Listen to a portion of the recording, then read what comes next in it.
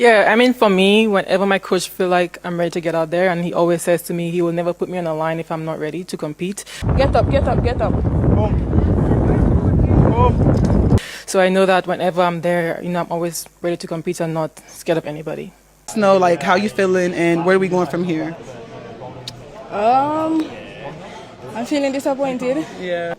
Me and Shane right next to each other, lane by lane, just us two dueling it out. I feel like we could have sold out the crowd. Really about just a celebration of this journey and what you guys have done for me, your support, your love. I don't like easy races.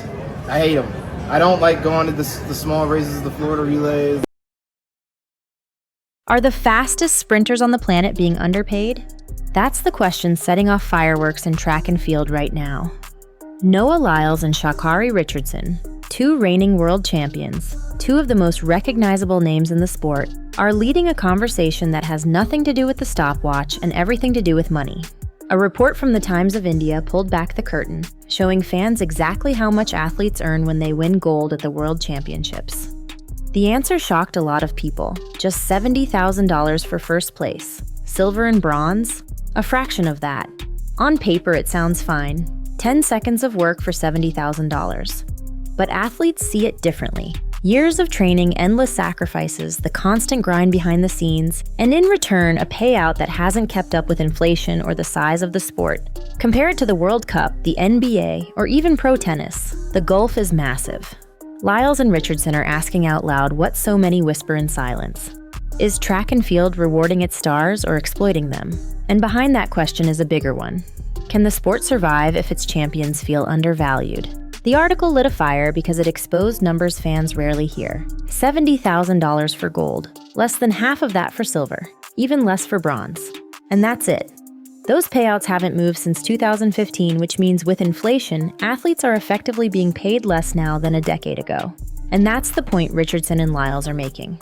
They aren't arguing about 10 seconds of sprinting. They're talking about the years it takes to even reach that start line. The endless training blocks, the injuries, the travel, the coaches, physios, and support teams, all funded out of their own pockets. Unlike team sports with million-dollar salaries, track athletes live season to season, bonus to bonus. One slip, one hamstring pull, and the money disappears. Meanwhile, the federations and broadcasters profit off the show. Tickets, ads, subscriptions, they all cash in. The athletes? They'd get the leftovers. That's the controversy, the balance of power.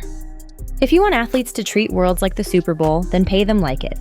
Until then, the disconnect grows. Fans are now asking the same question. Why does the pinnacle of the sport pay like a part-time job? Here's where it gets interesting. Lyles and Richardson aren't just sprinters, they're brands. Lyles, with his bold confidence and constant self-promotion, has become the face of US sprinting. Richardson, with her style, resilience, and no-filter authenticity, commands headlines even when she's not racing. They've both cracked the code. Endorsements, sponsorships, media attention. Their income isn't limited to prize money. But that's the exception, not the rule.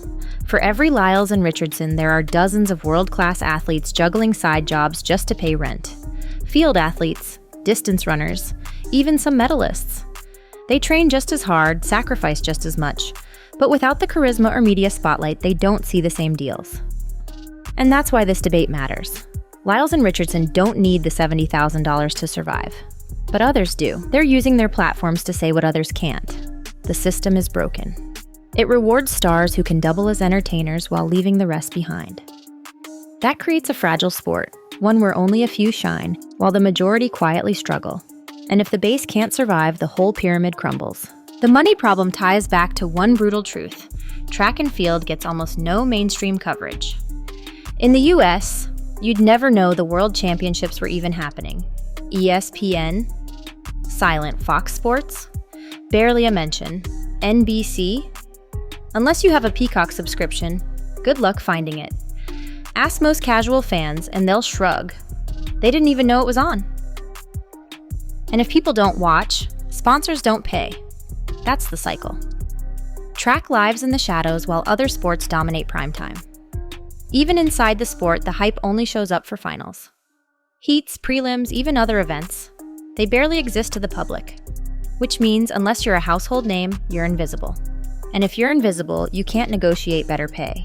For Lyles and Richardson, their personalities keep them visible. For everyone else, they're racing in silence. That's the hidden crisis. You can't build an industry on 10 seconds of attention twice a year. Without hype, there's no audience. Without an audience, there's no money. And without money, athletes will keep asking themselves, is this really worth it? $70,000 for a gold medal. At first glance, it sounds like a jackpot.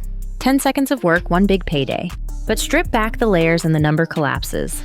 Training camps across Europe, flights every month, nutritionists, physios, recovery tech coaches taking their cut, taxes taking another. What's left barely covers a year in the life of an elite sprinter. And that's if everything goes right. If you false start, pull a hamstring, or lose by a fraction, you get nothing. Meanwhile, other sports cash in. Soccer players sign contracts worth millions before they even touch the pitch. NBA stars get paid game after game, injury or not. In track, the pinnacle of your career pays less than the average rookie deal in pro basketball. That's why $70,000 feels insulting. Because it's not just about the 10 seconds, it's about the years leading up to it. The message athletes hear is clear. We'll use your talent to sell tickets and ads. But when it comes time to pay, here's a check smaller than most reality TV contracts. That disconnect fuels frustration. If track wants to be treated like the Super Bowl, then it can't pay like a side hustle. Ask a casual fan about track this year. Chances are they'll mention one final, maybe two. That's it. Why? Because that's all they see. Heats are barely covered. Prelims disappear into highlight reels. Field events get cut away. And sprinters themselves often race sparingly, sometimes only a handful of times in a year. That leaves fans with almost nothing to hold on to. Imagine if the NBA played 3 games, then jumped to the finals. Would anyone care as much? The trophy would still matter, but the build-up wouldn't. Track suffers from the same problem. The stories are there, national pride, redemption arcs, rivalries, but the sport doesn't deliver them in a way fans can follow. Athletes vanish for months, reappear for a final, then disappear again. Casual fans never get invested. The fix is obvious. Give fans rhythm. A calendar they can trust. Rivalries they can follow. Storylines that carry across the season. If fans can anticipate, they'll commit. And when fans commit, they don't just watch finals, they care about the journey. That's how you turn a 10-second race into a year-long drama people actually follow. At the end of the day, it all comes back to structure. Sports that pay their athletes well, soccer, basketball, football, don't rely on 2 events a year. They run leagues. They create seasons. They let athletes negotiate as a group. Track doesn't. It floats between federations, shoe contracts, and scattered meets with no unified system. And that's why the money is so thin. Imagine a real league. Standardized events, city teams, rivalries that build, appearance fees guaranteed, prize money consistent. Add a players' union to fight for athletes. Add broadcasters who actually invest in storytelling. That's how you build value. Not by hoping one championship every 2 years carries the whole sport. Lyles and Richardson already prove fans will tune in if the story is strong. The question is whether the sport itself will change to match. Until it does, athletes will keep asking for more while the system keeps offering crumbs. And maybe that's the final takeaway. Track isn't just a sport, it's entertainment. And in entertainment, you don't get paid for talent alone. You get paid for the product. Build the product and the money follows. Ignore it and athletes will keep running in circles.